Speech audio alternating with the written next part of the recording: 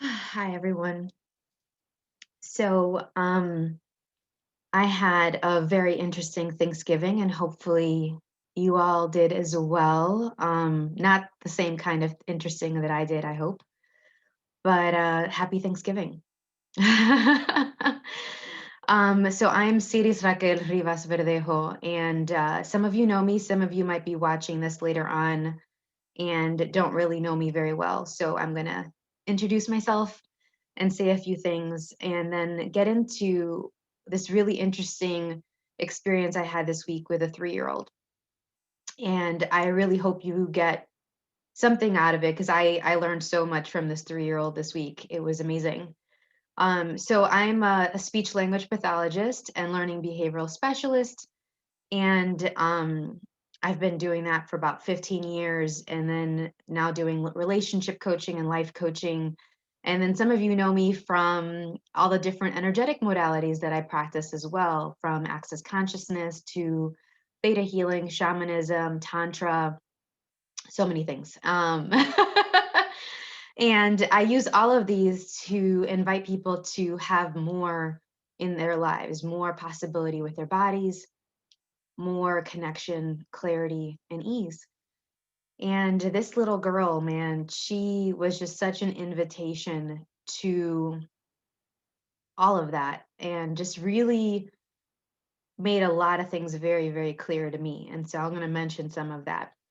Some of you might know that I also am a volunteer at the Rape Crisis Center here in Savannah. It actually, I think, covers a whole county and maybe a lot of Georgia, if not all of Georgia. I have to check on that. So, for any of my fellow volunteers, hi. And if any of y'all are interested in volunteering and would like information, let me know. This was a really powerful experience this week. I was called in at the wee hours of Thanksgiving Day, maybe like 1:30, 2 o'clock in the morning. And as a rape advocate, you can work the crisis line, you could do hospital response or both. And I do both, more the hospital response than anything.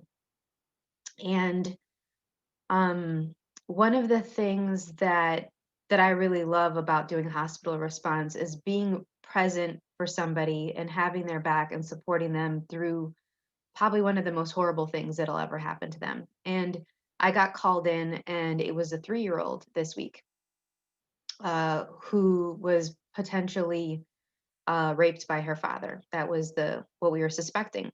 And I'm not going to get into all the details about all of that. That's not the point of this video.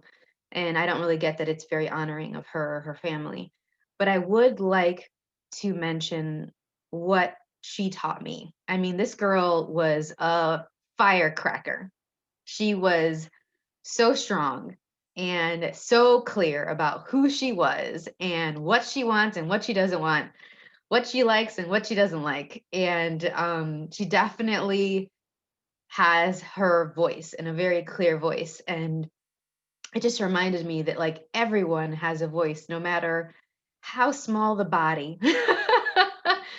Everyone has a voice, and we should really listen. We should really listen to the children of the world. And she had a lot to say while we were waiting for her to get examined, while the mom was being interviewed. And I was singing, I was dancing, I was using all of my tools of early intervention. Hi to all of my early intervention colleagues. So grateful for my time doing early intervention. I don't get to do that now that I'm in Savannah, Georgia much. I get to work with kids in a different way. But that birth to 3 population is still like so in my heart. It's like a special place in my heart. And I got to do all of my singing and all of my dancing, from Wheels on the Bus to Old MacDonald to Apples and Bananas. I mean, all of the hottest hits, right? And so she kept asking me to sing with her. She's like, "Your turn. It's your turn to sing." And so I would sing the songs, and here we are. We're singing, we're dancing in the midst of waiting for her to be examined by either a nurse or a doctor. And it was just this great reminder that we really need to listen to the kids. Mom was amazing, and she as much as she was so upset and so sad and so angry, and all of that was super valid, she was there and she didn't dismiss what her daughter said. She's like, "Oh, she didn't say, oh, she must have imagined it.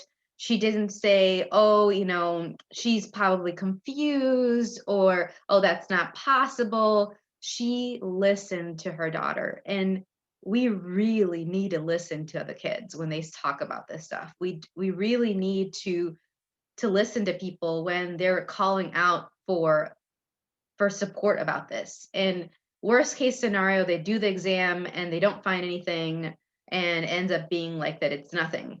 Or, well, that's not the worst case scenario, but like at least you have heard them, and they know that anytime in the future they can tell you about these things. They can talk to you about it. The other thing that really, I knew this, and yet it really became clear in this moment with this 3-year-old, was we really need to talk to the kids about their specific body parts. They need to know all their body parts. They need to know them by the actual names, and not like, oh, my flower, or my noni, or my a word that's like anyone will know what it is, right? The in Puerto Rico we say the pompis, that's it's kind of like a region instead of the specific parts, vagina, penis, butt, what is it, all these different parts. Because what happened with her was she was saying stuff about one part, and the mom was like, I'm not sure if that's what she means, because she doesn't know the names of the other stuff. So I have to wait and see when she's examined, like what all is what she's talking about.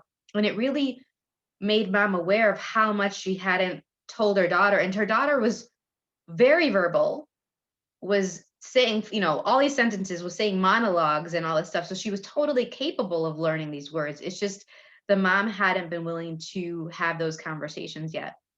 And it's not always for events like this, but it's also for them to talk to you about what they like to do with their body, and what the pleasure and the joy of their body, in addition to making it very clear and reducing confusion when something like this might happen. We don't want these things to happen, but not having the conversations doesn't prevent it. It just makes it so much more difficult and complicated when they do, because then we're like, what are they actually talking about? And so please, please, please, for the children in your lives, make sure that they know what everything is, from the tips of their fingernails to every bit of them in the bathing suit areas, really talking explicitly about what every part is, and being willing to have these uncomfortable conversations. A lot of parents come to me, and a lot of teachers will come to me to wondering how to talk to kids about sex, about their bodies, about what's going on with them, how to present it in an age appropriate way. You're not going to tell a 3-year-old the same thing you will tell a 15-year-old. Okay, that's not honoring of them, but you still need to talk to them about their bodies and what's going on. And so that really became clear with this 3-year-old and what happened with her. So here we are, and we're waiting, and she's tired and she's fighting sleep. How kids will do. I mean, it's 2 o'clock in the morning, 3 o'clock in the morning. She still hasn't been seen and examined yet. She's antsy. Mom's stressed out, understandably. And I'm singing and I'm dancing and we're doing this. And then she's like kind of winding down. It's like, okay, great. You want to sleep? And so the whole time she's like, she wanted to then be carried by me. And I'm holding her, and and we're rocking back and forth, and she just wanted to stay here. And I asked for any energies that are in my body that would contribute to her and her body right now to turn on. And I just had it flow from my body to her body. And you could see her kind of calming down and having more ease, and just her being so grateful. She's like, I just want to stay here with you. It was really precious. And I was like, oh, okay. And so to have this really tender moment that was truly vulnerable and sweet, in the midst of us waiting and waiting and waiting, and mom being really frustrated, and us being like, when is this going to happen, this exam, was really, really lovely. And then that really hit me, that like, she's not letting what happened to her define her. I was interacting with her in a way that was, hey, this isn't who you are. This thing that happened to you isn't everything that you are now or in the future. You can still have singing and dancing as a part of your life. You can still have joy and the badassery that you are. I didn't say badass in front of her because she's a 3-year-old, but um, she was so strong. And so I would say to her, I was like, you're powerful and strong, right? And then she was like, yeah, yeah, I know. And I was like, awesome. Yeah, great. And then before I parted ways with her as well, I said, you're powerful and strong, right?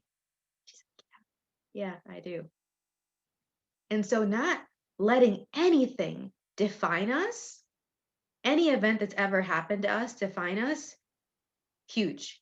And so I was willing to be this space with her and her mom and say, you know what? She's going to be okay. She's got this. This isn't everything that she is.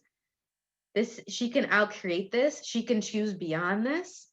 And let's not project that at her, that this is going to be this traumatizing event for the rest of her life. It's horrible. I'm not going to play that off. It's a horrible thing that happened, and she'll be okay. She'll be okay. And so what would it create if we didn't actually expect it to be this horrendous thing, this upheaval in her world? She was willing to still have joy. She was willing to still be bossy and demanding and active. She was like running and jumping all over the place and coloring and all of that. She still had all these amazing things that were always there, and they were still there. And so that's what I flowed energy to. And then the other thing I learned about her, and I learned from her, was it's still possible to have joy and choose happiness in the midst of these horrible things, these horrible situations. It's still possible. And I was like, okay, I'm choosing that more. I'm choosing that. All the stress right now, all of the crazy in the world, all of the deaths this year, the everything. I'm not going to list all of them. You guys know whatever it is that's going on in your world and that you're aware of. And it's like, okay, I'm choosing happy anyway. If this little girl at 3 can choose that, given what just happened to her, I can do it too. I can do it too.